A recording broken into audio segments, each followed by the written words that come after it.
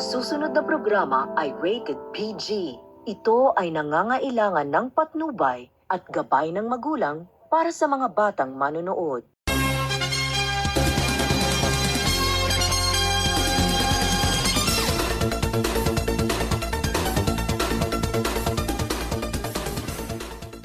As technology continues to advance at lightning speed, one question arises. Will robotics and automation drive progress for all or put human jobs at risk? Today, we take a closer look at the ethical dilemmas, the human side of science, and its role in building a stronger nation.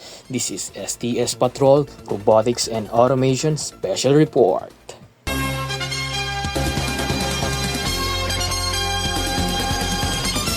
Good day, everyone. This is Anton Baricotro. And I am Zylvir Habilio. Today, we bring you a special report on one of the most transformative and controversial technologies shaping future, robotics and automation.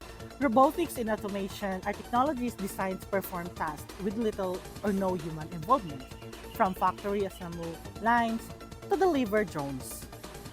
Even robots in hospital assisting surgeries, these innovations are already changed the way we live and work.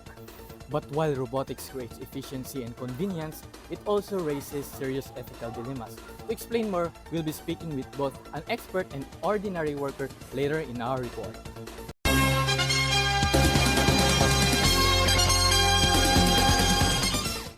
One of the biggest concerns is a job displacement, as robots and machines replace human works in industries like manufacturing, transportation, and customer service.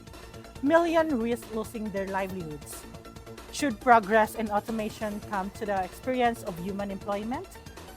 And beyond jobs, automation raises questions of ethics and accountability. For instance, when hospitals use AI-powered robots to assist in surgeries, who should be held responsible if something goes wrong? The doctor, the hospital, or the machine itself? And to give us a deeper look at this issue, let's now turn to our field reporter, Ms. Malinaw, who is with our invited expert.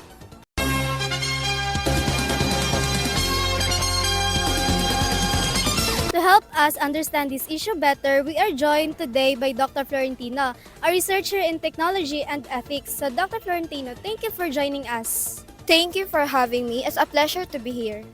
Dr. Florentino, what do you see as the biggest challenge society faces with robotics and automation? The biggest challenge is finding the right balance between progress and protecting people.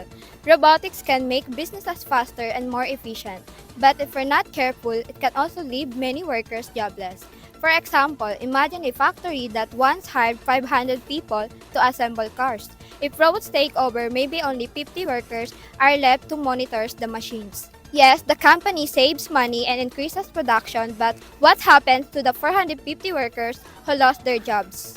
That's a powerful example. So how can society respond to this challenge? The answer is a human-based approach. This means putting people first and scientific development instead of just replacing workers with machines, companies, and government. Should create programs to retrain employees so they can take on new roles. For instance, in the car factory example, some workers could be trained to maintain and repair the robots or even program them. That way, people don't lose their income, they just move into a new kind of job. So in other words, robots don't have to replace human. They can work alongside with them. Exactly, robots should handle repetitive or dangerous tasks, like lifting heavy parts or working with toxic materials, while humans take on roles that require creativity, judgment, and empathy. This way, technology becomes a partner in progress, not a threat. Thank you, Dr. Florentino, for sharing those insights. Now, beyond expert insights, it's equally important to hear from the people directly experiencing the effect of automation. For that, we turn to our correspondent, Mr. Felix.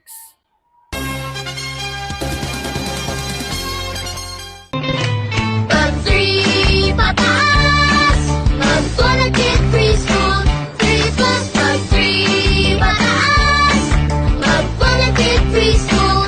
3 plus. Kaya moms, mag-free pataas na sila. Bigyan sila ng Bonakid Preschool 3 Plus for a triple boost advantage in growth, energy, and immunity. Pag-3 pataas, mag-volunteer preschool. 3 plus, batang may laban. Dati may kumakain ng fita. Kaso may nalimos na lola. So, hinatian niya. Diwata pala si lola. Dahil busilak ang iyong puso, isang kahilingan. Sagot si kuya. Sports car! Yulit! Half fita, half kotse.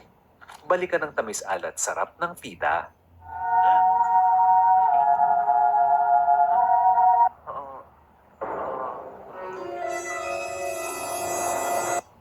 Balikan ng sarap.